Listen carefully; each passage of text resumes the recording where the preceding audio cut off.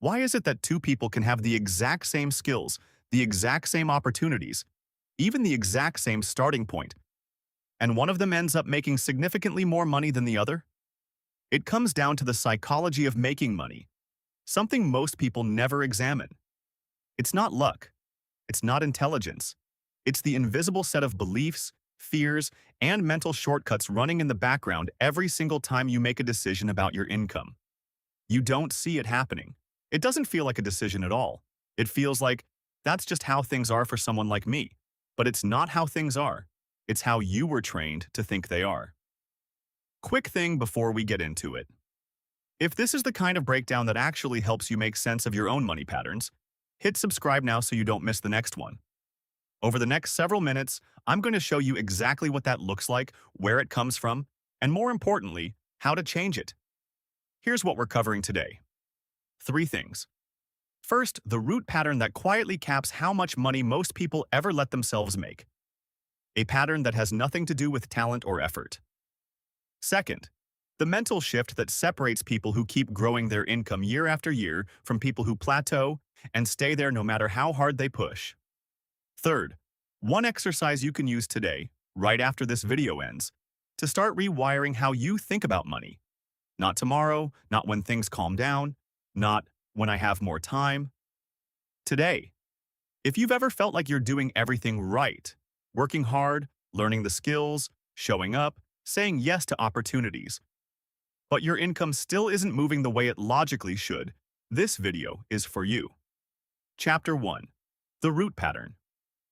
Most people assume their income is a math problem. Work more, earn more. Learn a new skill, earn more. Network more, earn more. And sure, that's part of it. But it's the smaller part. Underneath the math, there's a psychological ceiling.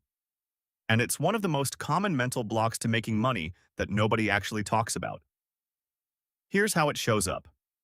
You get a raise, a bonus, a big new client, and almost immediately, some part of you starts looking for a way to spend it, give it away, or downplay it. I got lucky. It's not that much, really. I don't want to seem like I'm bragging. Maybe you even find a reason the money isn't real yet. It's just one good month. It's just one good client, it won't last. That's not humility. That's not being grounded. That's your nervous system actively working to bring your income back down to a level that feels familiar, because familiar feels safe, even when familiar is broke. Psychologists sometimes call this your financial thermostat. Just like a thermostat keeps a room at a set temperature no matter what's happening outside, your mind has a set point for how much money feels normal to you. Go above it, and you'll unconsciously sabotage. You'll overspend right when you have more. You'll underprice your next offer. You'll suddenly get too busy to follow up on the biggest opportunity you've had all year. Go below it, and the opposite happens. You'll unconsciously scramble, hustle, and claw your way back up until things feel normal again. Here's the uncomfortable truth. That set point isn't based on your skills, your effort, or your actual potential. It's based on what you absorbed, usually before the age of 10, about what money means, who people like us are allowed to become, and what happens to people who end up with more than enough. If you grew up hearing, money is the root of all evil, or we're not the kind of people who get rich, or you watched a parent equate their entire self-worth with the number on a paycheck, you didn't just learn a lesson in passing. You installed a thermostat setting, and most people spend their entire working life unconsciously defending that old setting instead of consciously raising it. The frustrating part is that this pattern is invisible from the inside. It doesn't feel like sabotage. It feels like being realistic, or not getting ahead of myself, or just being careful. That's exactly what makes it so hard to catch, and exactly why so many hardworking, capable people stay stuck at the same income level for years, wondering what they're doing wrong, when the honest answer is that they were never doing anything wrong. They were just running an old setting they never chose. Chapter 2. The Reframe. So how do people actually break out of this? It's not about working harder, and it's not about finding one more productivity hack. It's about a specific shift in money-making mindset, and it comes down to one core idea. People who consistently grow their income stop treating money as a reflection of their worth and start treating it as a reflection of the value they create and the risks they're willing to take. That sounds subtle, but it changes almost everything downstream of it.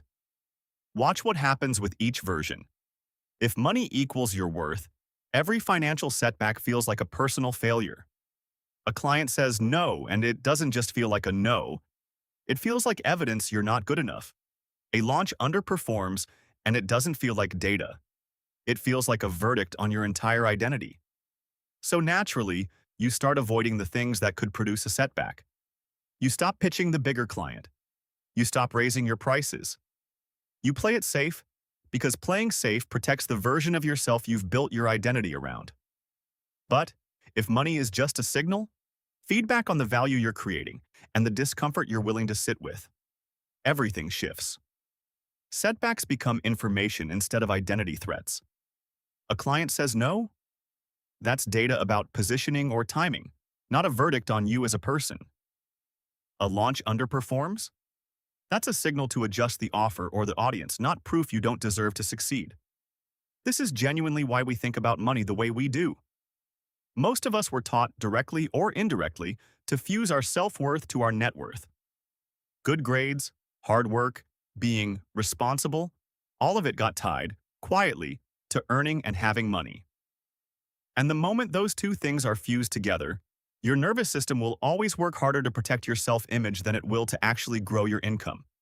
The people who break through this aren't smarter than everyone else, and they're usually not even more talented. They've simply separated those two wires. They can take a financial risk, take a financial hit, ask for the raise their prices, walk away from a bad deal. Because none of it is a referendum on who they are as a person.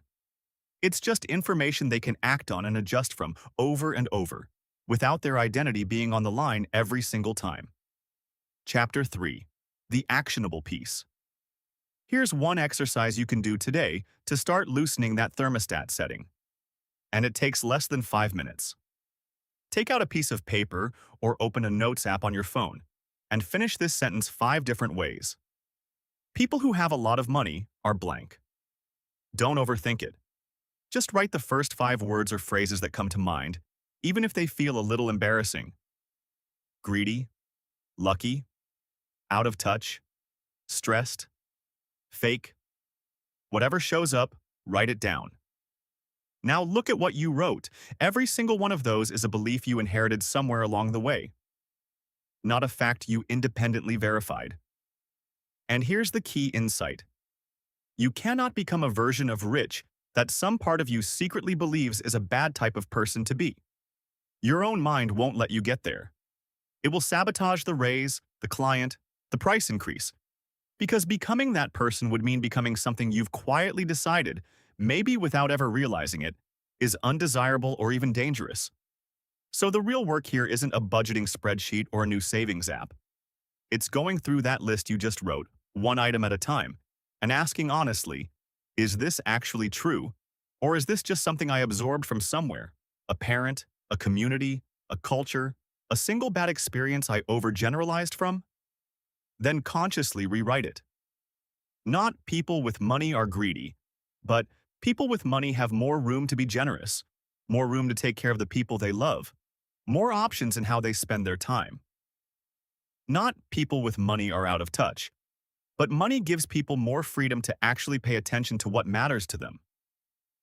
You're not lying to yourself in this exercise. You're correcting a belief that was never based on solid evidence in the first place. It was based on a handful of examples, a few overheard comments, maybe one relative or one story that got generalized into, this is just how rich people are. That's not truth. That's an old thermostat setting, and now you know exactly where to find it. Let's bring this together. Your income has a psychological set point, not just a skill ceiling. And that set point was installed early. The people who break through it stop fusing their self-worth to their net worth and start treating money as feedback instead of a verdict on who they are. And the fastest, most immediate way to start shifting your own set point is to get honest about the beliefs you inherited about money and about the people who have it, and consciously rewrite the ones that were never actually true to begin with. If this connected with you, the next video in this series goes even deeper into exactly how the scarcity mindset gets programmed in childhood. Link is right here on screen, and it's the natural next step after this one.